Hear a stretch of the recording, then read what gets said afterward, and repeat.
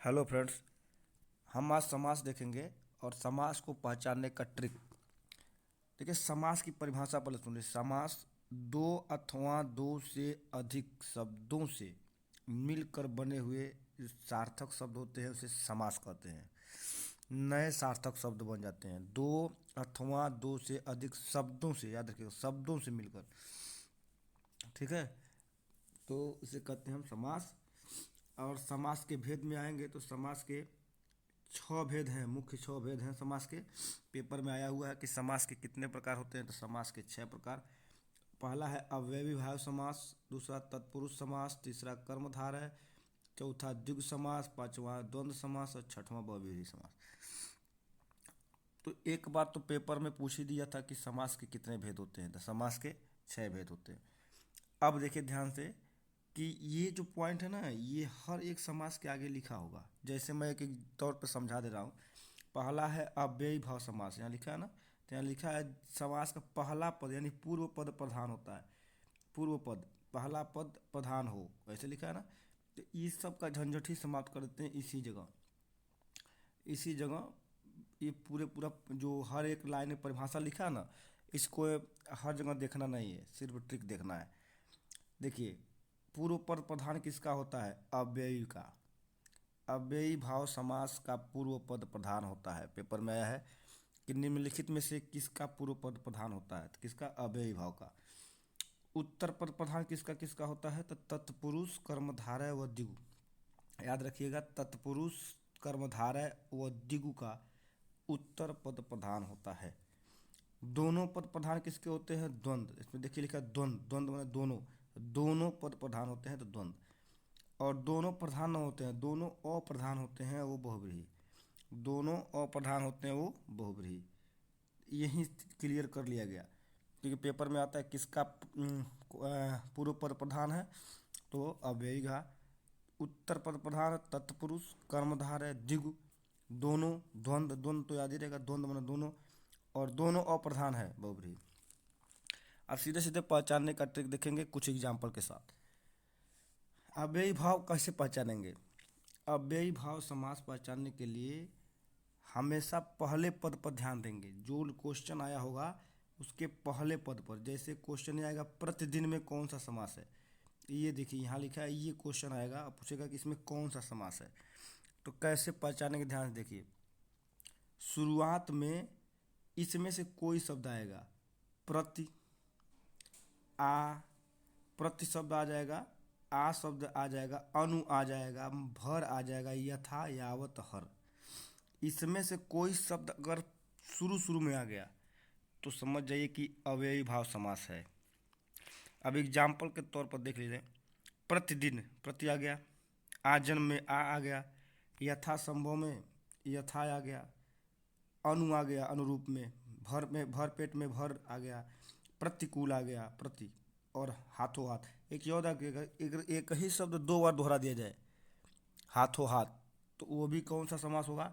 अव्ययी भाव समास। एक ही वर्ड दो बार दोहरा दिया, रिपीट किया जाए। सीता राम नहीं, क्योंकि सीता और राम अलग अलग है। एक ही वर्ड, एक ही शब्द अगर दो बार दोहरा दिया जाए तो वहाँ भी अव्ययी भाव समास होगा। क्लियर हो गया होगा। आगे चलते हैं। तत्पुरुष समास को ध्यान से देखिएगा, और एक फार्मूला भी है, उसको भी याद करने का, लिख लीजिएगा, मैं बताता चल रहा हूँ। देखिए कैसे पहचानेंगे। पहले तो तत्पुरुष समास के कई भेद होते हैं।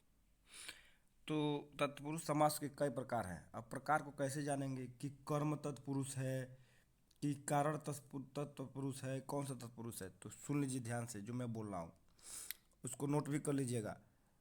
कर्ता ने, कर्ता ने, तो कर्ता तो यहाँ है नहीं, यहाँ कर्म से शुरू हुआ है प्रकार, लेकिन सूत्र नोट कर लीजिए। कर्ता ने कर्म को करण से या द्वारा संप्रदान के लिए आपादान से अलग होने, संबंध का, के, की और अधिग्रहण में, पर। जो जो शब्द बोले हैं अगर इसमें से कुछ भी आता है तो उसका वो नाम होगा। जैसे कर्तरे कर्म को, अगर को शब्द आ गया, तोड़ने में को शब्द आ गया, तो वो कर्म तत्पुरुष होगा। करण से शब्द आ गया तोड़ने में तो करण तत्पुरुष होगा, और के लिए आ गया तो संप्रदान होगा। जैसे अभी एग्जाम्पल के तौर पर समझा रहे हैं, जो मैं पहले लाइन बोला हूँ कि कर्ता ने कर्म को करण से या द्वारा संप्रदान के लिए आपादान से अलग होने अर्थ में संबंध का के की अधिग्रहण में पय पर। नोट कर लीजिए इसको, इसी ट्रिक से सब पहचानेंगे। तोड़ना पड़ता है, अगर जो शब्द लिखा है तोड़ेंगे,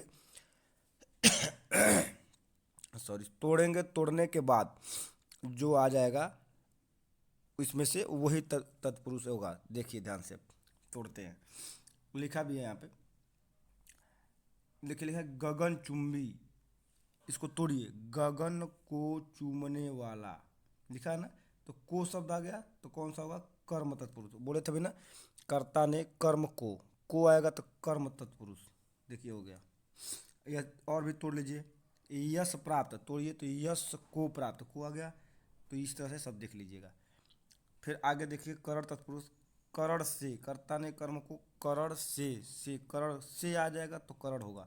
जैसे करुणा पूर्ण, करुणा से पूर्ण अर्थ होता है ना, तो से आ गया। भयाकुल, भय से आकुल, तो तोड़ना पड़ता है, तोड़ के देखेंगे जो आ जाएगा वो होगा। नेक्स्ट चलिए आगे भी देख लेते हैं।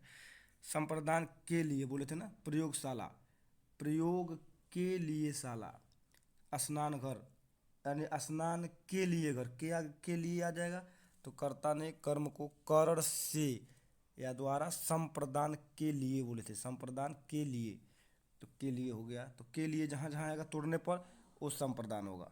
आपादान में देखते हैं, से अलग होगा, जैसे धनहीन शब्द आ जाएगा, धनहीन, तो जब हम लोग उसका अर्थ निकालेंगे तो धन से हीन, यानी धन नहीं है उसके पास, तो धन से हीन माने अलग हो रहा है, तो अलग होने के अर्थ में आ जाएगा, यानी ऋण से मुक्त, ऋण मुक्त, यानी ऋण से मुक्त, यानी छुटकारा, छुटकारा पाएगा तो समझ जाइएगा कि आपादान है, से अलग होगा वो। ठीक है, इस प्रकार से कई गो एग्जाम्पल है, अर्थ निकालना पड़ेगा।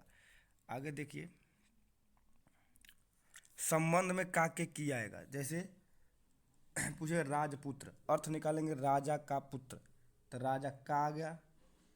ठीक है, राजाज्ञा, राजा की आज्ञा, तो की का के की आएगा तो सोचिए संबंध तत्पुरुष। जो सूत्र होता है, कर्ता ने